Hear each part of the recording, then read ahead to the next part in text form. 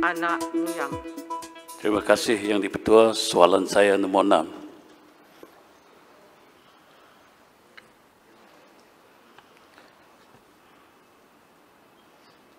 Assalamualaikum warahmatullahi wabarakatuh. Alhamdulillah rabbil alamin wassalatu wassalamu ala asyrafil anbiya'i wal mursalin wa ala alihi washabihi ajma'in. Iz qala Yusufu li abi ya bati inni ra'aitu hada syaraka kaban wasyamsa wal qamara ra'aituhum lisajidin. Saya baca sepotong ayat iaitu ketika ingatlah peristiwa ketika Nabi Yusuf berkata kepada bapaknya, wahai ayahku, sesungguhnya aku mimpi melihat 11 bintang dan matahari serta bulan. Aku melihat mereka tunduk memberi hormat kepadaku. Balik kepada soalan, terima kasih kepada Lubuk Antu yang membangkitkan soalan berkenaan dengan memperbaharui pasaran buruh. Datuk Yang di-Pertua, kerajaan melalui Kementerian Sumber Manusia sentiasa memastikan agar setiap pindaan yang dibuat ke atas undang-undang buruh di negara ini meletakkan kebajikan rakyat sebagai aspek utama yang perlu diberi perhatian. Pada masa ini, Kementerian Sumber Manusia sedang menambah baik standard minimum pekerjaan di bawah Akta Kerja 1955, selaras dengan standard perburuhan di peringkat antarabangsa. Antara cadangan pindaan Akta Kerja 1955 termasuklah pengenalan cuti paternity, peningkatan tempoh cuti bersalin dan penambahbaikan perlindungan bagi menangani gangguan seksual di tempat kerja. Di samping itu, dalam memperkemaskan pelaksanaan waktu kerja yang lebih fleksibel, dalam membantu pekerja mendapat bayaran gaji yang setimpal, Kementerian Sumber Manusia juga bercadang untuk mewujudkan peruntukan baharu berhubung flexible working arrangement di bawah Akta 1955 bersesuaian sekali dengan pasca COVID-19 ini, yang mana norma baru akan kita cadangkan dalam pelaksanaan bekerja ini. Untuk makluman ahli-ahli Dewan Yang Mulia ini, peruntukan ini akan memperincikan berhubung permintaan bertulis daripada pekerja kepada majikannya untuk mengubah terma dan syarat pekerjaan-pekerja berhubungan dengan fleksibiliti kerja pekerja berkenaan. Ini termasuklah jam kerja atau hari kerja dan tempat pekerjaan yang mengikut syarat-syarat tertentu yang dipersetujui oleh kedua-dua pihak, iaitu majikan dan pekerja.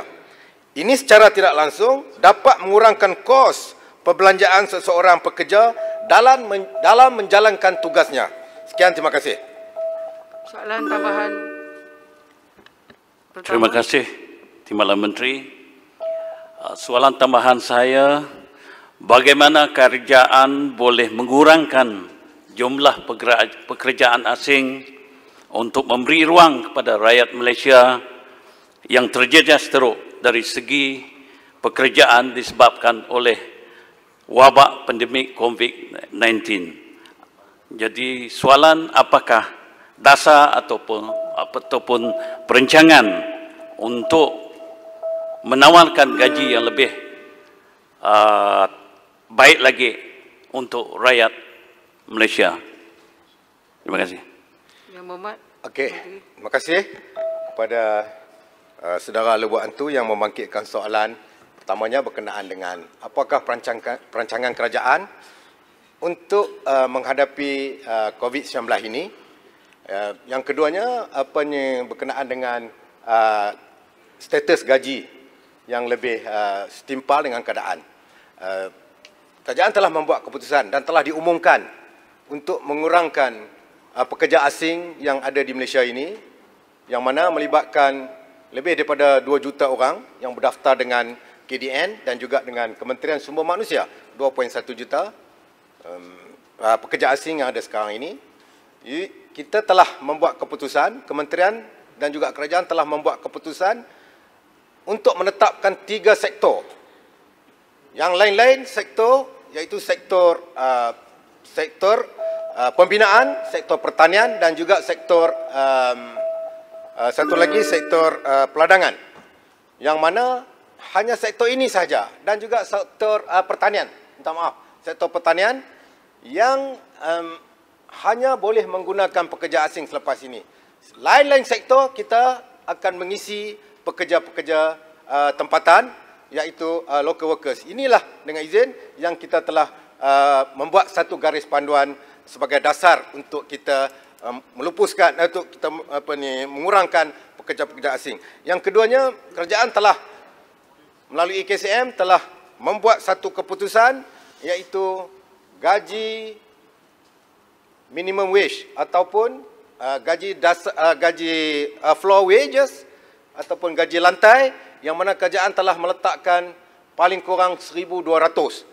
Dan sekarang ini 56 majlis bandaraya ataupun majlis bandaran telah melaksanakan gaji minimum 1,200. Yang lain-lain masih lagi gaji yang lama, iaitu RM1,100, yang mana kita akan memperincikan standardize ataupun penyelarasan di semua peringkat dalam pelaksanaan gaji untuk dilaksanakan 1,200. Dan peringkat kabinet telah meluluskan. Kita akan memindah akta ini dan dibawa ke Parlimen insya-Allah dalam musim ini, supaya pelaksanaan gaji minimum ini akan menjadi penyelarasan kepada 1,200. Sekian, terima kasih. Terlaluan. Bang Pasu. Setiawangsa. Bang Pasu. Soalan tambahan Bang Pasu. Soalan Bang tambahan. Bang Pasu. Yang Berhormat Padang Serai. Padang Serai. Terima kasih Timbalan Speaker. Saya ingin menanyakan mengenai pasaran buruh negara. Berdasarkan satu kajian oleh Institut Demokrasi dan Hal Ehwal Ekonomi, saya menyatakan antara sebab utama pemindahan operasi syarikat dari China ke Asia adalah disebabkan oleh pasaran persaingan kos buruh. Saya ingin bertanya kepada pihak kementerian, apakah langkah yang telah dan akan dilaksanakan oleh kementerian dalam memastikan Malaysia mampu menarik syarikat ke Malaysia dari sudut persaingan kos buruh? Sila jawab, Menteri, Timbalan Menteri. Terima kasih. Jadi Ketua. Terima kasih, Silakan, Yang Ketua. Berhormat. Terima kasih, Padang Serai. Soalan tu keluar pada skop tu, itu kena tanya sepatutnya MITI, pasaran buruh ini. Sebab apa? Pelaburan daripada luar masuk ke Malaysia, kita hanya membincangkan peluang pekerjaan dan juga kerja-kerja kosong yang kita akan isi dengan pekerja-pekerja, termasuk juga pekerja tempatan. Yang ini, jadi soalan ini saya rasa terkeluar daripada kementerian yang kita patut jawab. Jadi saya tak perlu jawablah yang ni. Terima kasih. Terima kasih. Yang Berhormat